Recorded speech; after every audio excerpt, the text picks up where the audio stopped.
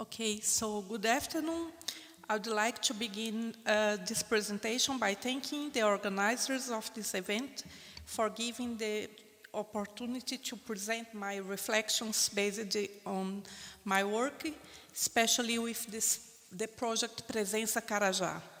After 2.5 days of presentations, mailing topics have been discussed, such as who benefits from collaboration between museums and communities of origin, the challenges for collaboration, the need for epistemological decolonization beyond the physical restitution of material culture, etc.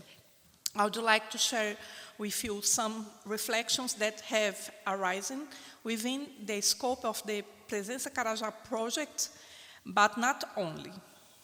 Since the end of 2016, I have been developing from the University Federal of Goiás, Brazil, the Presença Carajá project, Material Culture, Wefts, and Colonial Transits. It brings together dozens of indigenous and non-indigenous researchers who work in mapping collections of ceramic and or wax dolls in anthropomorphic or supernatural forms. Called Richoco, these dolls are produced and marketed by the ceramicists of the Inancarajá people in villages located in the Araguaia River Valley, center of Brazil. These dolls were originally created to be toys for Inancarajá children, through which the rich cosmogony of these people and teaching about the different social roles in their culture are transmitted. In our project, which has been under development for over 8 years without any funding, the main focus is on museums and their collections, which are accessed mainly digitally and through the creation of a virtual network of researchers spread across several cities and countries who map the Richoco collections around the world and, when possible, help to check and improve the inventories of some of these institutions. We also rely on the work of countless anthropological and related research projects carried out in the past and present by other teams, especially the one which led to the recognition of Richoco's production as intangible heritage in Brazil in 2012. The Presença Carajá project has already managed to identify more than 80 museums in 16 countries that have the dolls in their collections, with the aim of creating a sort of catalogue raisonné of the dolls musealized around the world. We created a common instrument together and standardized the information from diverse types of inventories found in the institutions. Obviously, the voluntary aspect of the work means that the availability of the people involved is small and very irregular, and travel is hard. Even though we have already contacted about a dozen institutions to access the museum documentation of the collections, and we have managed to fill out the common instrument you see there for 5 of these collections, including taking photos and measurements of collections that are still poorly documented. This has allowed us to contribute to reconstructing the social biography of some Richoco or sets of them, as well as to work collaboratively with some exhibitions. Although this was not the initial intention, we have realized that the project is keeping with the spirit of the times, in dialogue with the provenance research currently underway in numerous institutions. This research seems to represent well what has already been discussed here, which is that we do not make collections, their study and preservation. We do not make collections, their study and preservation and in themselves, but rather we used these works as a pretext for forging relationships between museums and society. Our work has provoked countless reflections on the deep intervening between intangible heritage and collections, something often disregarded, especially in museums in the global north, and on the role of museums in preservation committed to life, as we will see next. The 5 museums with name in bold were those with which we were able to reach the point where, after checking and supplementing the information in the museum documentation, sometimes having carried out the first inventory or photographic record of the collection, we were able to sign a term of assignment for the use of images for the project, which is essential for the social return of the research results, both for non-indigenous people, but especially for the Inã-Carajá people. The negotiations regarding the terms of assignment of image rights have taken an average 1 to 2 years with each museum, which shows an immense fear of losing control and authority over them, even with the commitment to use only with non-commercial purposes. One Brazilian museum even imposed use only for academic purposes, as if image published in scientific articles would satisfy the desire to democratize the research results. For example, the creation of profiles in social networks allowed not only the dissemination of results to the non-academic public, but also to catalyze new information about the presence of ritual in other museums. So social networks became part of the research methodologies, but in the beginning it was difficult to feed them with images. Our intention to a project website on the Tainacan platform is to create the website in this platform, a free open access digital dissemination platform for collections created by Brazilian universities and already translated in several languages. The right to use the images are also allowed to organize kits with enlarged images of the authorized collections that were delivered to leaders of the Inã-Carajá people in the indigenous schools along with the reports of the project stage. Of all museums contacted so far, the one that established the closest, most lasting and open relationship with the project was the Gracie Museum of Ethnology in Leipzig.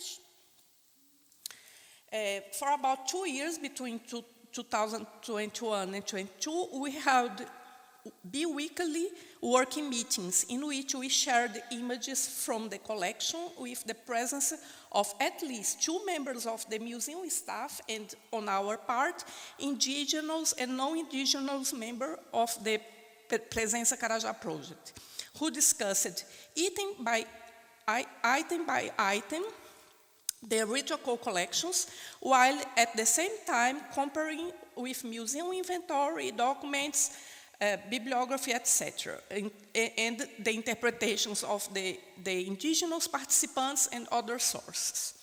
This work process established a relationship in which the indigenous people were consulted about their preferences regarding the possibilities of restoring pieces from the collections, and also allowed for the emergencies or unforeseen ideas such as organizing online visits to the museum using the robots that the museum acquired at that time.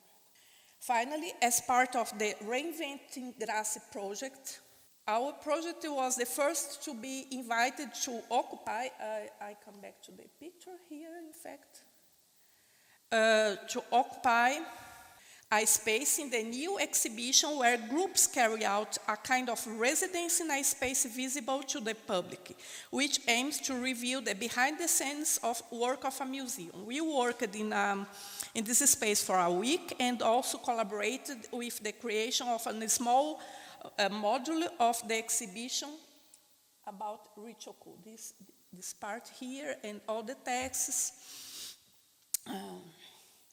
As the request of the indigenous members of our project, this module emphasized two main aspects. Their demand was the fact that the ceramists are women, which is often hidden in museums texts by the use of generic masculine language, is another colonization topic, as I told you before, that is not only between countries, but sometimes language is very colonized, sorry. And the group, and this production is a living heritage. The group decided to represent this in the exhibition with the names of 5 current ceramic artists and the image of a living ceramic artist, Jandira Diriti. And she was in previous pictures receiving our reports. It is important to note that the lack of funding also prevents us from working more directly with the Inankaraja people, unfortunately, both because of the obstacles associated with traveling to their places of residence and because we cannot pay them for the time they dedicated to the project. Thus, the 4 indigenous members currently involved in the project participate in meetings and activities according to their interest and available.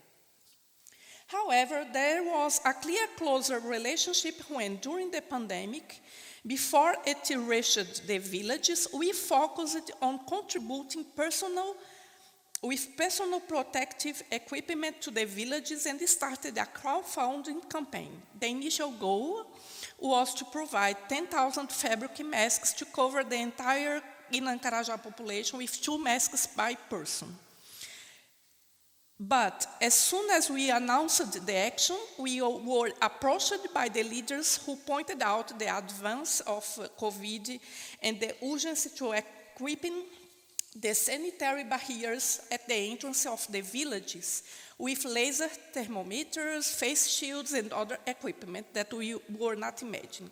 This brought us closer, and at the end, we reflect on whether this action had been a break in research in museology. We concluded that it was, in fact, not a pause in research, but a change in approach, which went from a museology of collections, which was at the origin of the project, to social museology. To this end, we adopted the premise of the Declaration of Córdoba, Minon 2017, according to which a museology that is not life-oriented is not worth.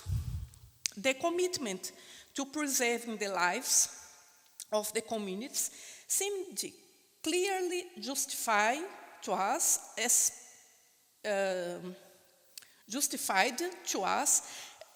part of museological work, pointing to what is called biophilic museology, in contrast to the outdated and necrophilic museology of the great European museums that seem to value even more the objects of disappeared cultures and choose to be cemeteries of overprotected objects while remaining silent about objectification and discard of lives. A case full of contradiction is the Richoku collection of the Ethnological Museum of Berlin, one of the oldest in the world, which has never been exhibited, not even now at the Humboldt Forum. It never had a social function, although part of it was lost in the bombings of World War II. But parenthesis, the first contact I made with the museum to know if they have collections, the first question was, are you interested in restitution? And this was not the point. I wanted only start a conversation.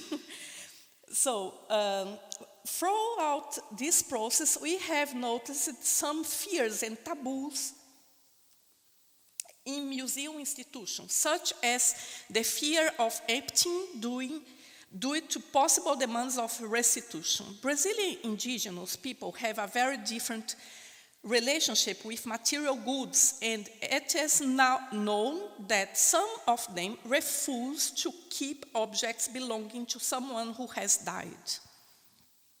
The accumulation that is the basis of European collecting is also increasingly dissonant with the current ecological awareness that demands reduction and sobriety and indicates that the future is ancestral. It is necessary to problematize some taboos and some assumptions of museum professionals and realize that interpreting and contextualizing objects having information about them from which to establish dialogues is more important than possessing them. The Inancarajá people not only showed no interest in restitution of their objects held in foreign museums up to this moment, but quite emblematically made the first donation to restore the collections of the National Museum in Rio de Janeiro, which were burned in 2018.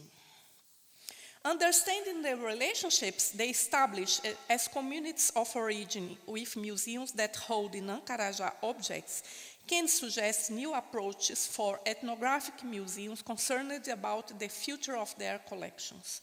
The fact that the dolls are product of living heritage makes all the difference in this equation.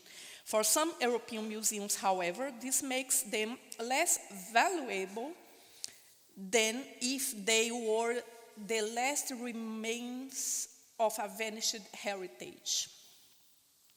Museums that are involved in the preservation of populations are also ultimately ensuring ways of not emptying their collections, or if that is the case, of filling them with life, with new records that will be constructed from the relationship with society. The National Museum in Rio de Janeiro was once again full of people a few days after the fire, even though the building didn't exist anymore. The museum understood that its museum was not about the objects, but about the people who made it and the relationships they established with other people, both those who frequented the museum and those who sent photos of part of old visits, donations to replenish the collections, or letters full of memories of the museum. It was from there, in temporary structures in the gardens and under the theme of National Museum Lives, that the institution literally rose from the ashes. The first donation, a ritual call sent by ceramic artist in Inancarajá, is emblematic of the kind of relationship museum can forge with those who build heritage.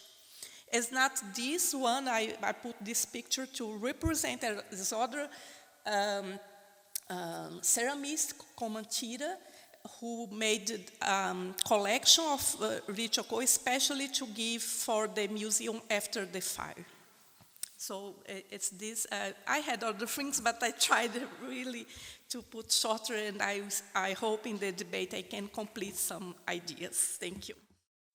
Let me start by thanking the organizers of this wonderful conference and for the invitation to be a speaker.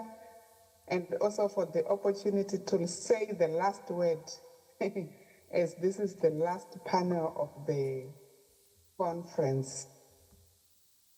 Let me just upload my presentation. Okay, so I know I have not been able to attend all the sessions, and so I could have missed a lot of things maybe which were going to make me change some of the things on my slides, but I have heard some of the presentation, and I agree with the guy from Germany who talked about the musical instruments. Unfortunately, I wasn't getting the names since they were not appearing on the screen.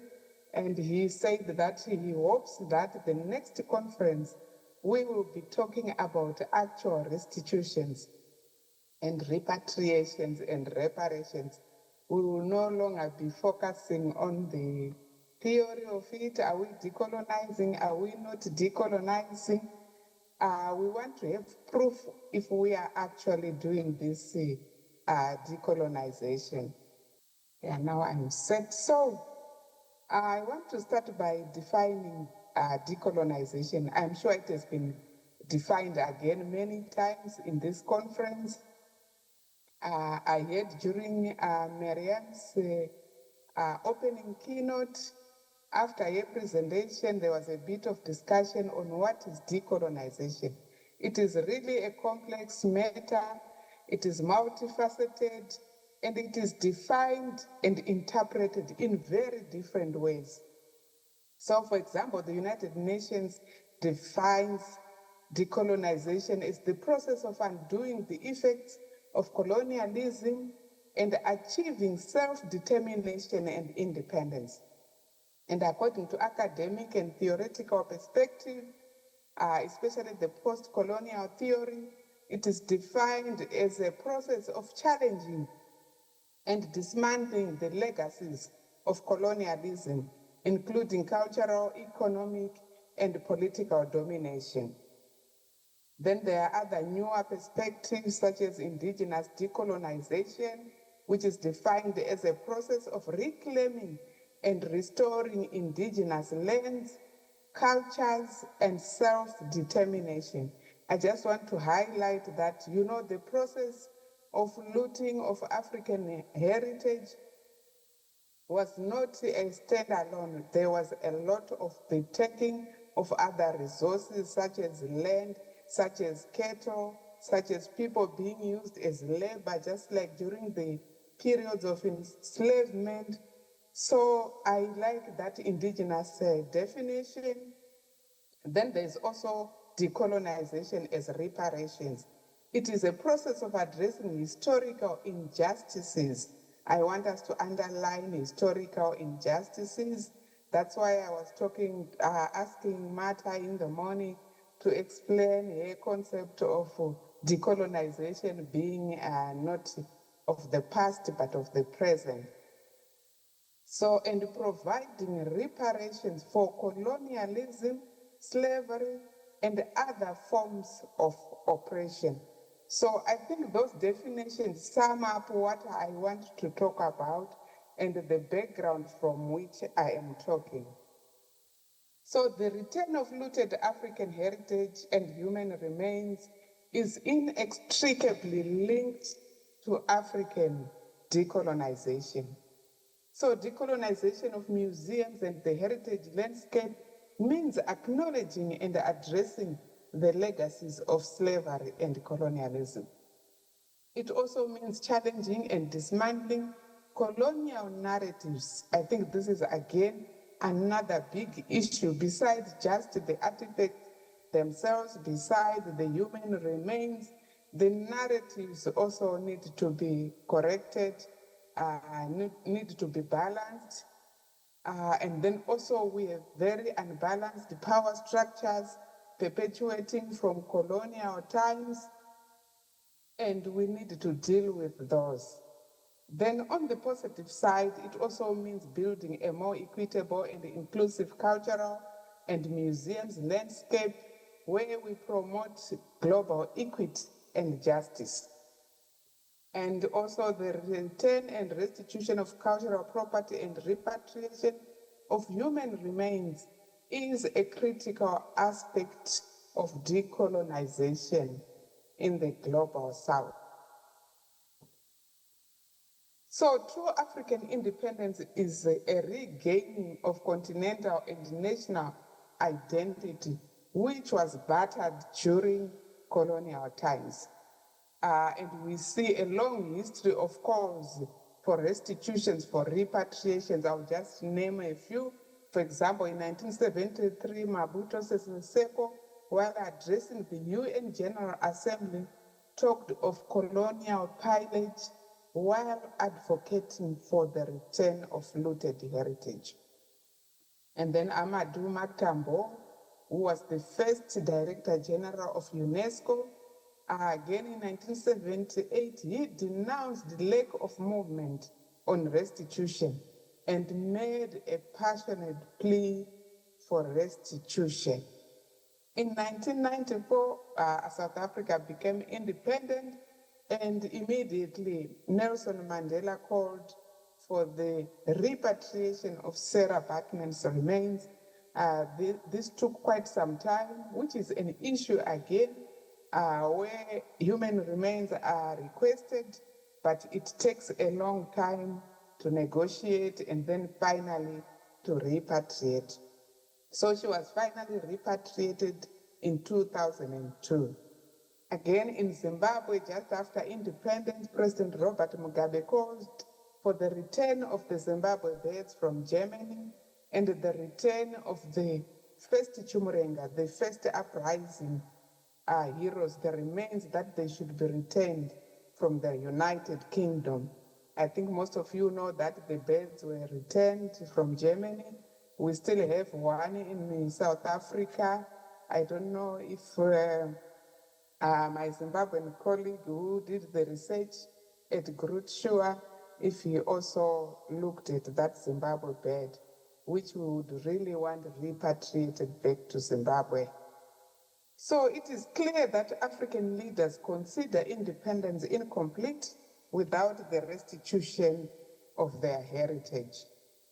Current presidents like Patrice Talon, Emerson Mnangagwa are still calling for the restitution of African heritage as well as payment of reparations. The African Union, in its Common African Position on Restitution, which we drafted and was adopted in 2023, says that African heritage must be returned unconditionally. And the document outlines what everybody should be doing: state parties, non-governmental organizations, continental organizations, parliamentary organizations. So it's a clear document to outline that the time is now for the repatriation and restitution of African heritage. Civil society organizations like ourselves and Open Restitution Africa are also calling for repatriation and restitution. Many African countries have established repatriation committees, which are also vocal and calling for restitutions, and are also making steps to demand or to request the return of their heritage and to negotiate, and then to actually undertake the restitutions. But however, considering how long Africans have been calling for restitution and the very few restitutions that have happened, it is very clear to Africans. Of course, I'm talking from the perspective of my constituency. This is what they've been saying, that in view of all this, there is a clear resistance from holding countries in terms of releasing African heritage. So the work hasn't been easy. The decolonization / restitution work, it is strongly contested by the former colonial powers which are currently holding Africa's heritage. And of course, this is a perpetuation of colonial gains in the post-colonial era. And not only that, it's also a perpetuation of the suffering which has been inflicted upon Africans for over a century. And Africans are of the perception that the holding countries are enjoying the prestige, the economic and social benefits which are accruing from this looted heritage and the ancestral remains which were taken, because the remains basically belonged to resistance leaders. So the asymmetrical power structures between the global north and the global south have really constricted the African abilities to reclaim their heritage. So there are many manifestations of this resistance. The list is endless. I'll just highlight some of those. One, of course, is the concept of universal world encyclopedic museums, which really undermine access by Africans and also hinder the return of the heritage. I think my sister who just talked before me illustrated very well how difficult it is. Imagine she's already in Europe, but to get a visa to go to the next European country, it's such a task. Imagine somebody from Africa trying to visit Europe to try and come and see their heritage, which are in these encyclopedic museums. How many of the Africans can actually afford to do that? And how many will be granted those visas? So really, it's seen as a resistance. It's seen as a way of delaying African restitution. Then there are the museum policies, which, for example, do not allow deaccessioning. You know, I find this very strange. I've worked in a museum for over 20 years as a practitioner in a museum, and I know that the deaccessioning part is a very small part of a museum policy, which has accessioning, which has information about how you do your conservation, information about documentation. You know, the policy is full of other things, and a small part talks about deaccessioning. And so we understand that African heritage cannot be returned because the laws don't allow deaccessioning. Even a museum can sit today, and by next week, the deaccessioning policy would have been changed. And that can allow looted. We don't want heritage that was not looted, but that was stolen, that was looted, that was taken under duress to be returned. But the rest of the heritage can be still be protected by the deaccessioning part of the policy. The slow pace on the development of restitution and repatriation policies. We are aware that many countries in the Western world are currently developing restitution and repatriation policies and guidelines, which is a good thing in itself. But when there are constant and prolonged delays, people now begin to see it as a way of preventing or delaying restitutions. There is also provenance research, which on face value is very important. Of course, we need to know where things came from, how they went, how they reached where they are. But if it is prolonged and the results are never shown, then people begin to think that, again, it is being used as a way of delaying or actually preventing restitutions. And then not making information easily accessible. It is very difficult for source countries and communities to access information on restitutions. Then there are also the preservation-based arguments of saying there are no temperature-controlled storage spaces in Africa. There's lack of capacity. Or, you know, the list is endless, as I said. There are also complexities of colonial era conventions. even though it's a 1970 convention, it specifically said that anything that happened before 1970 cannot be, restituted using this convention, which renders it useless when it comes to heritage looted during colonial times or even before. Then failure by countries to acknowledge wrongdoing. It's a very difficult thing for Africans to accept this day and age when the world is talking about human rights, it's talking about democracy. There is a disconnect from what is said to what is being practiced. Then we also know of the inability of the Intergovernmental Committee of UNESCO to make binding and implementable decisions. Well, that is very much illustrated by the Broken Hill Men from Zambia. The issue has been discussed many times by the Intergovernmental Committee, and it has never been resolved or yet to be resolved. So I want to suggest a few practical ways through which we can improve and decolonize restitutions. I'll talk about ways of decolonizing restitutions, ways of decolonizing repatriation.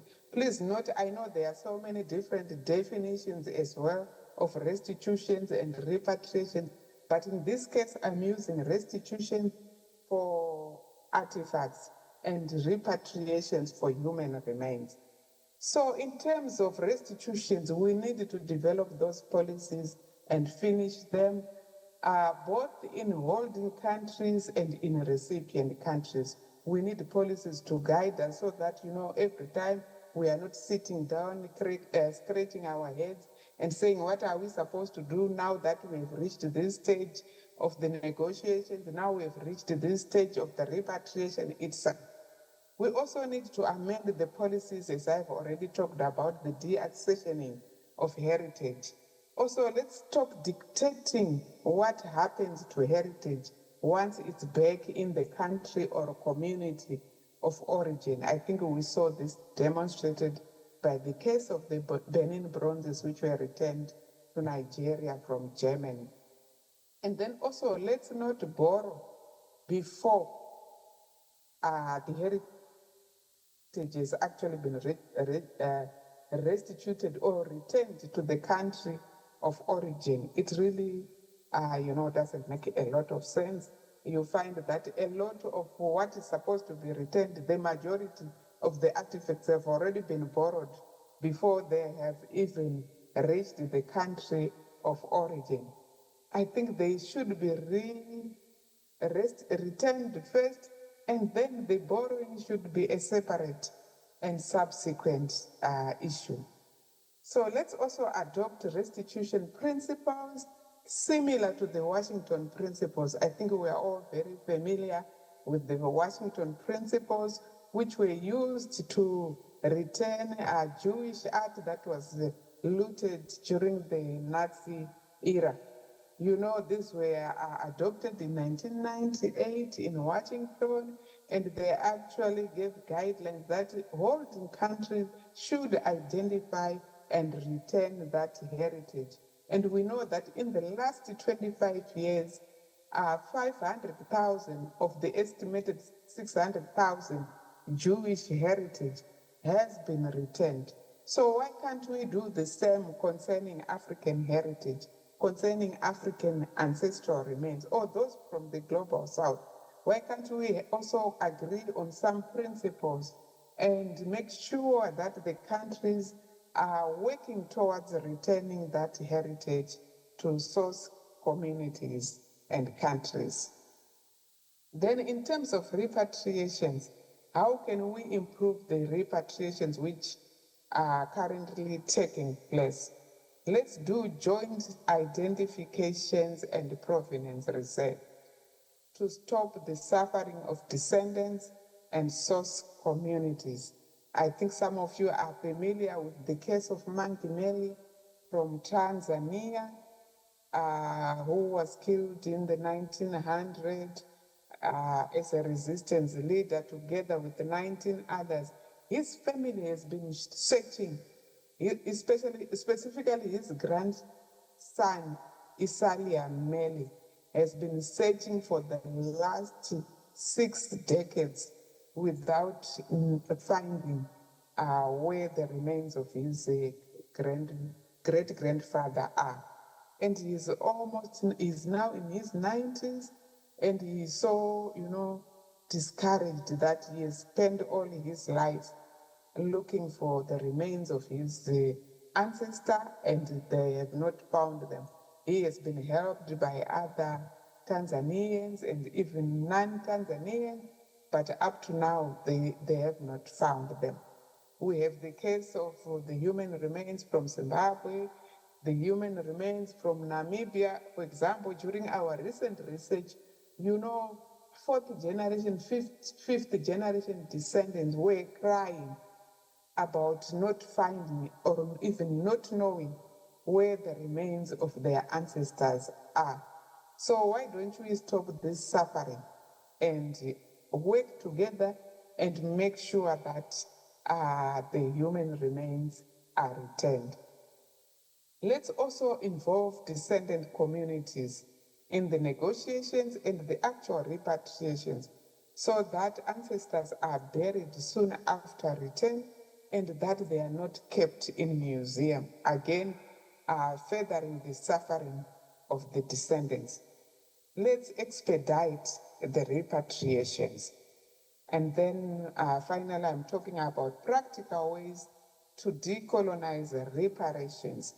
We know that a lot of the restitutions and the repatriations that have happened have had some sort of reparations, but that can also be improved, so that it's done in a better way.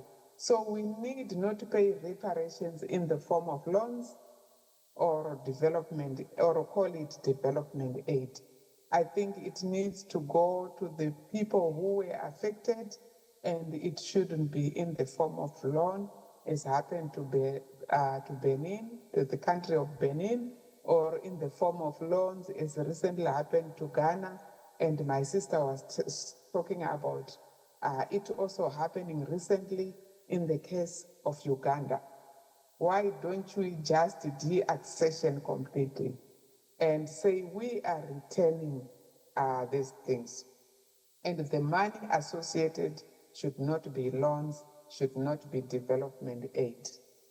Let's also try to follow the standard reparations model with its 5 categories of restitution, repatriation, compensation, rehabilitation, measures of satisfaction, and guarantees for non-repetition. When that model is followed, some of these issues that are being used for resisting restitutions will actually fall away. Because when we talk of rehabilitation, if you say there is no good storage space, if you say there is no good enough museum, then as the part of the reparatory justice, you can actually construct those museums in the source country. You can actually do it as part of proper reparations. So the adoption of some of the above practical recommendations will ensure that the restitution of African heritage and the repatriation of its ancestors ceases to be a tantalizing mirage and becomes a concrete reality. We also need to adopt a multidisciplinary, transdisciplinary approach to restitution that will enable us to have all hands on deck, including heritage practitioners, lawyers, scholars, politicians, diplomats, artists, journalists, community leaders, you name it. I'm not going to discuss this aspect very much. I believe it has been discussed a lot, as it was a key line of the conference. So let's work together to stop suffering that has continued for a very, very long time. Africa and Europe and the West can together reflect on the historical injustices and the cultural and financial destruction that was inflicted upon African communities. Together we can bring reconciliation and healing to the victims and restore African cultural dignity and identity. At the same time, we can also challenge and dismantle colonial narratives, unbalanced power structures, and institutions that perpetuate cultural erasure. Together, we can build a more equitable and inclusive cultural museums landscape and promote global equity and justice. This is a watershed moment for us as heritage practitioners to come together and decolonize in earnest. I think somebody said we've talked about decolonization now for too long. It's time to practice decolonization. So AFRIMUHERE, among other things, is currently mobilizing African museums, universities, artists, communities, and youth, as well as the diaspora and like-minded organizations to build a formidable restitution movement or a platform where we can interact, discuss, and find ways to move forward, discuss best practice from what has already happened. So we recently commissioned 10 young fellows and interns who are actually carrying out research on restitution demands, negotiation, and returns, so that the findings can inform future restitutions and reparations. So I'll briefly talk about the research we've been doing in the last few months. We joined forces with UK-based organizations, AFOD and DTA, and did research. We were working on the African continent. They were working on the UK side. And we concluded the research on past and ongoing repatriations of ancestral remains, especially in Zimbabwe and Namibia, and we came up with a number of recommendations both for the Western world and Africa in order to enhance future repatriations. I can share some of the policy brief. I see Van Beden from the Netherlands has already shared today the policy brief from the UK side of things, and the recommendations include, for example, banning of sale of ancestral remains, allowing deaccessioning, and many other recommendations which I can't go through now. So in conclusion, despite the current impediments, as certain as dawn replaces midnight, Africans believe that their heritage shall be retained and restituted as part of true decolonization. Thank you very much. Thank you. I got a question for Manuelina. If I got it right, in your case, we have something like the yesterday Guinea-Bissau approach, that the native communities sees their objects, their items as kind of cultural ambassador in foreign museums. And now my question is, on the other hand, how did the museum staff react to this approach of native communities being a new kind of curator within their museum? And on the other hand, do you have any records, any data of how the visitors, the public reacted to it, especially talking about the Leipzig Museum, because I worked at this museums institution, not in the ethnological museum, but in one of the 3 museums which is within this complex of the Grassi Museums for more than 10 years, and know that the public rejected very much new approaches of the ethnological museum in the past like 10 years, which partly led to a firm crisis of the museum, even questioning the existence of the museum as a whole. So do you have any data on the reception of the public? So thank you for your questions. I hope I took note of everything. So yes, it's a case of considering the collections as part of this cultural diplomacy with the museums. The Inancarajá are very close of the, especially the museums in the state of Goiás. They are in 4 states of Brazil, but they are very close to the museums in Goiânia, the capital of Goiás, where they go to hospital, to shop, etc. And then they pass by the museum, they leave some handcrafts to be sold, and then they pass again to take the money. They use the telephone of the museum. It's very close. I already found by chance in the exhibition a young native that was showing the exhibition to the old native that doesn't speak Portuguese. She was explaining to the older. So they are really very close. But of course, it's not always so simple. For example, they were invited to an opening of an exhibition in the Museu Nacional before the fire. And there, I think it was 4 people going, a family, and the 2 men were horrified because a mask that cannot be seen by women was in the exhibition. They were with 2 women in the group, and of course the public and the museum staff, they didn't want, so the museum had to change in the last moment. But yes, they as you saw in her interview, they say sometimes things like this: we are proud that our objects are in the museums everywhere. They didn't know before our project, they didn't know that was so much in Japan, Sweden, really a lot.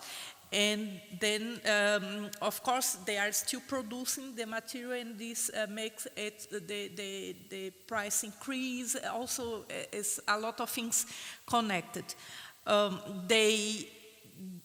This also makes these institutions have a close relation to them and a kind of responsibility to help. In the case of COVID, it was very clear. Everybody connected with these museums made special campaigns or something to try to make the help arrive faster to them, even though we lost 7 people of the Inancarajá people, and very special ceramists included. I have no feedback of the museum, Graça Museum, about this approach.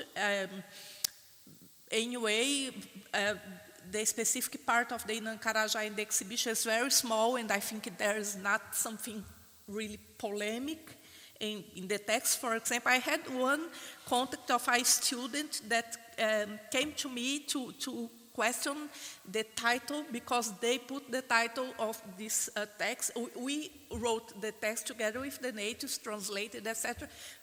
I think we forgot to put a title, and they put a title like digital restitution.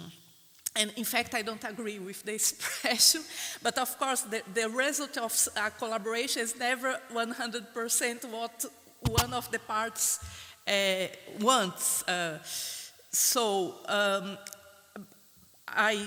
I think it's okay because it's there and the museum is nice, but I don't like to give this argument for the museums that giving the information, it's okay, it's done. If the community wants the materiality of the things, they should have.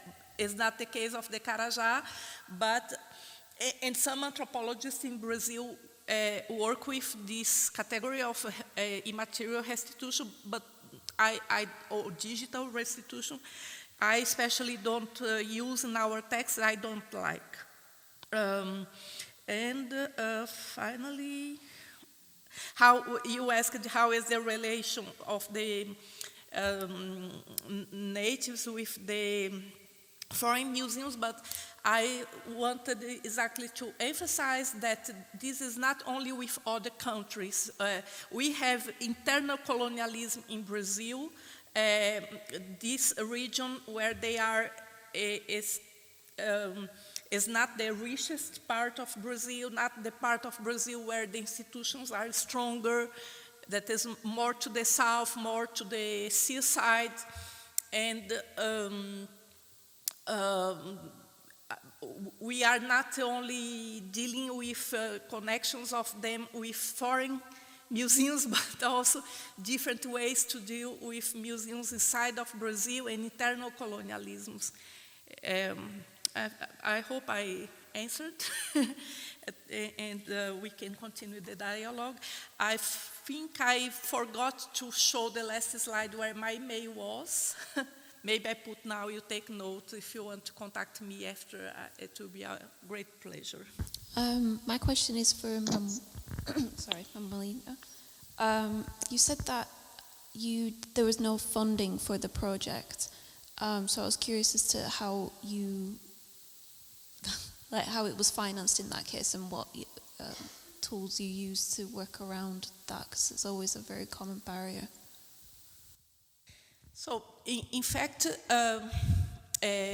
as I am employee of the university, I'm one of the hard person who is paid for this work because it's part of my researches.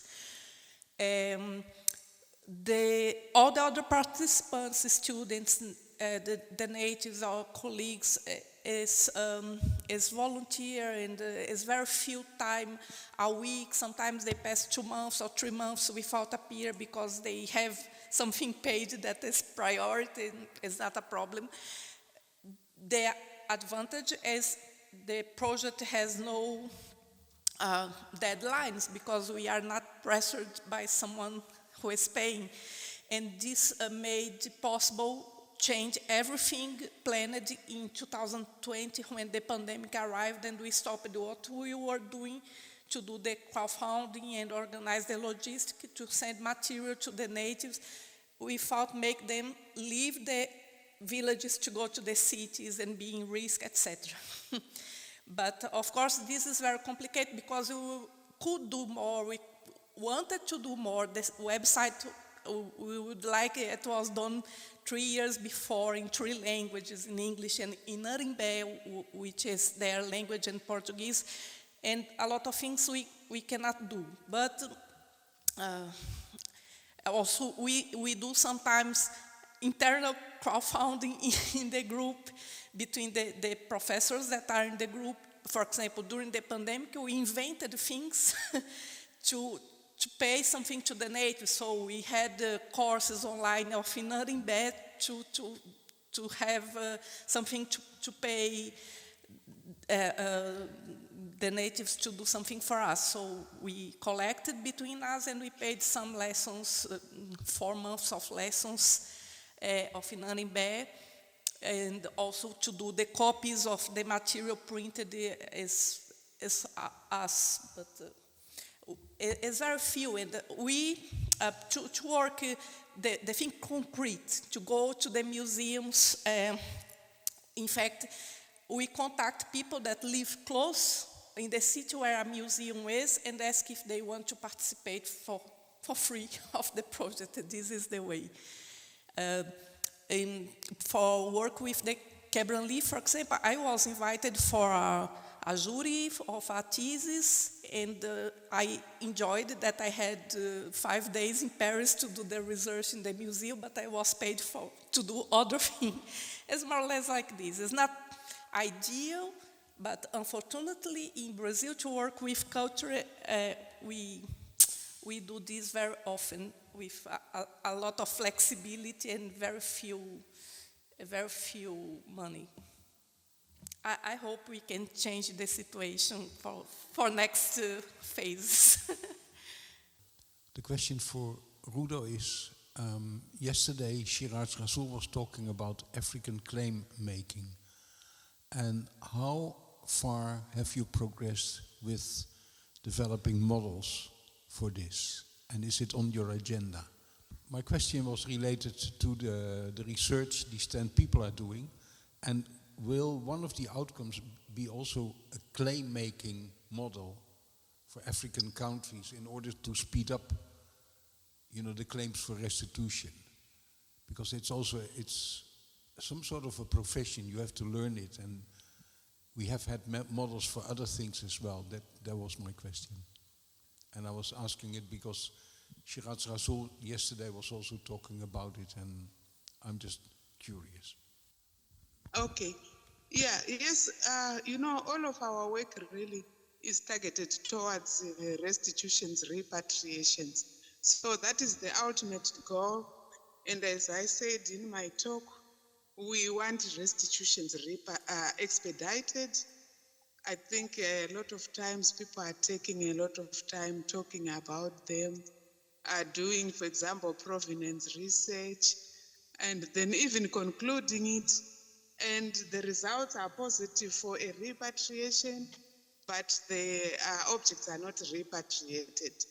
So really we are focusing on doing things that help us with the agenda of restituting back to the continent. Thank you.